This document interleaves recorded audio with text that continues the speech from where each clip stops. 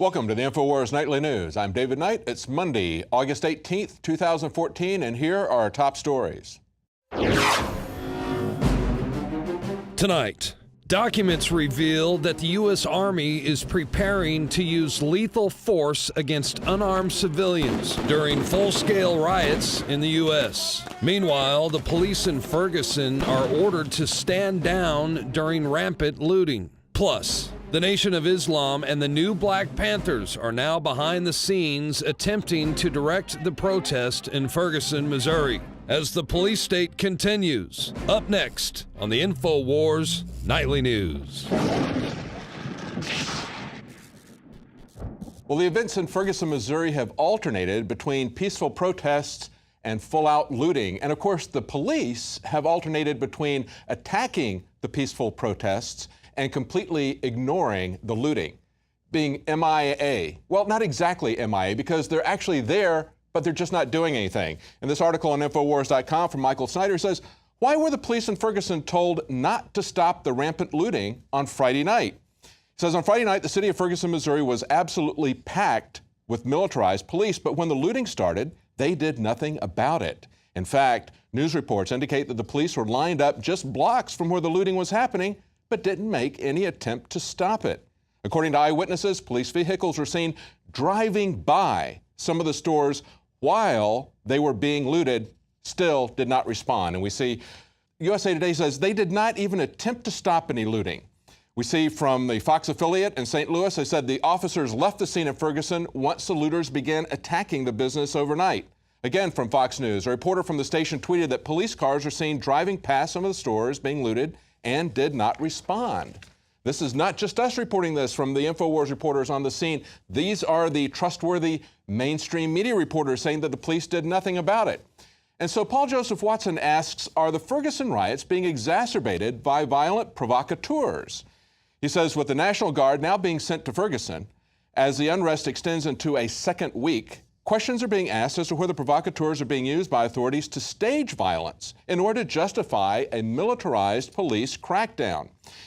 Radio host Dave Hodges claimed to have spoken to a source within Homeland Security that said that violent rioting and looting was encouraged and exacerbated by undercover DHS agents posing as members of the new Black Panthers. He said, in the past 5 days, I have been contacted via one of my most trusted sources, a member of DHS, who is opposed to the events and DHS involvement in Ferguson, Missouri. The source stated that DHS is running the Ferguson Police Department and that their actions are designed to antagonize and to provoke the locals to violence. He further stated he believed that the ultimate goal was to inflame the local citizens to such a point that martial law would be declared. And of course, we've had members of the Black Panthers being caught working undercover in the past for the FBI as informants, as Al Sharpton. So we see that the locals here are now welcoming the federal troops' involvement. They're welcoming federalization of this situation. They're welcoming National Guard troops being put in. They're welcoming people like the new Black Panthers and Al Sharpton. And what's developing here is a full spectrum dominance and manipulation of this, just as they dominate with both sides the elections, controlling both the Democrats and Republicans, same ones being controlled by the same people. Is the purpose here to create a situation that they can then move to martial law?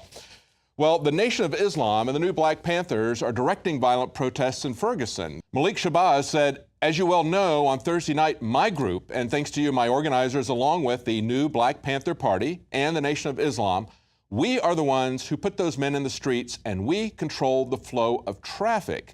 And the captain of the Missouri Highway Patrol, Ron Johnson, who's now been put in charge by the governor, agreed with those statements. And Shabazz said the curfew enforced by the police represents a prescription for confrontation. Of course, I think that's true. I think they are trying to create a prescription for confrontation. I think they are trying to draw a line in the sand. And if we look at the document that has now come out, training the Army on how they're going to handle this kind of civil unrest, we see that they're fully aware of exactly the types of situations that they try to portray as mistakes. They're fully aware of these.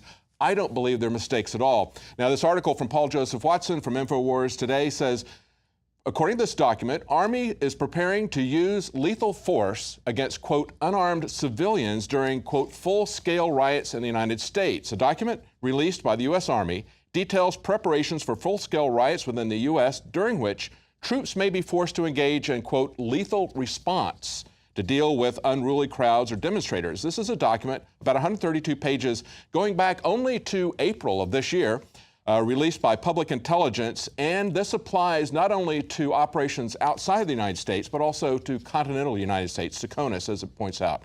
And they say the most shocking aspect of this document is the fact that it describes the deployment of a lethal response directed against unarmed civilians, including sniper response and small arms direct fire.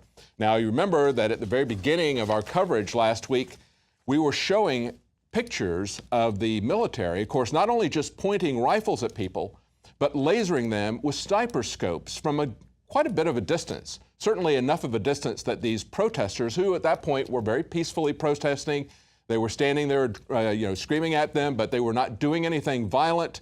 Still, they were lighting them up with lasers from their scopes. Now, if you look at this graph that's on the article, you can see what they're doing. They basically have laid out in this report a graduated response matrix, is what they call it. And they start out, and if you look at this, report here, you see that they have crowd control, and they have it broken down into unarmed civilians as well as armed civilians and armed crowds and with military firearms. The armed civilians include people that just may have knives and clubs. But look at what they're willing to do. They're willing to use snipers against unarmed crowds, and what they point out is they want to target leaders of troublemakers, okay? And then if the snipers don't make the crowd stand down, then what they do is they move to the next level of response, which is just to have all the soldiers start to shoot at the crowd with small arms fire. If that doesn't work, their matrix then goes to a full-out airstrike, They talk about how they will have to weigh the collateral damage and see if it's worth it. This is full-out war on the American people. This is not a riot control situation. This is not a policing situation. This is a recipe for full-out war on the American people. If you look at the next chart that's on this article, where they identify the various parts of the human body and where they're going to inflict different levels of damage to people using riot gear, using clubs and that sort of thing. They have 3 different areas that are color-coded on here where they can do low-level trauma, or where they can do moderate-level trauma, or where they can use deadly force. Now, when we look at things like this, it's very troubling in this last week to look at the response from people on the ground who in many ways really understand what's going on. I remember when we had someone that Alex was talking to on the radio, Joe Biggs was talking to him, Alex interviewed him, and the fellow really understood how they were demonizing Michael Brown by releasing a report about the robbery at the convenience store. At the same time, the police said that had nothing to do with the particular incident. Then he turned on it and said he was very glad that the federal forces were coming in to try to get this under control, gave credit to Obama. When you look at something like this, when you look at them marking out how they're going to inflict trauma at different levels to you, how they might inflict deadly force, it reminds me of cattle that might look at something that kind of identifies different choice cuts of meat that they're going to take out of this cow. And the cow might look at that and say, well, I simply can't believe that they would do that because they feed me very well. They take care of me. That's what's happening. That's the mindset of the left. They can't see where this is going. We've been looking at the reports. We have actually gone to one of the training facilities at AP Hill. And of course, that's not the only one. There's Camp Lejeune, and there's also the training facility just outside of Atlanta, where we saw this and where Alex Jones pointed out what was really going to come. It shows the military rounding people up, and every one of them is black. Now, that's newsworthy right there. I've been to these drills where they all are farmers wearing John Deere caps and stuff, saying, you can't take my land, you can't take my guns. Very scary stuff. But it was a black farmer, white farmer, Hispanic farmer. Little extra black folks. I mean, obviously saying, oh, it's for Al-Qaeda, that's a bad group, but it's really for all Americans. Oh, well, blacks, they're kind of looked down on quietly by some people. Oh, look, it's for blacks, so it's okay. And it's military and white guys, white civilians looking on as groups of blacks tump over cars and, get rounded up and thrown behind barbed wire. I mean, this is pretty outrageous. But don't expect Jesse Jackson or Al Sharpton, the race baiters, to say anything.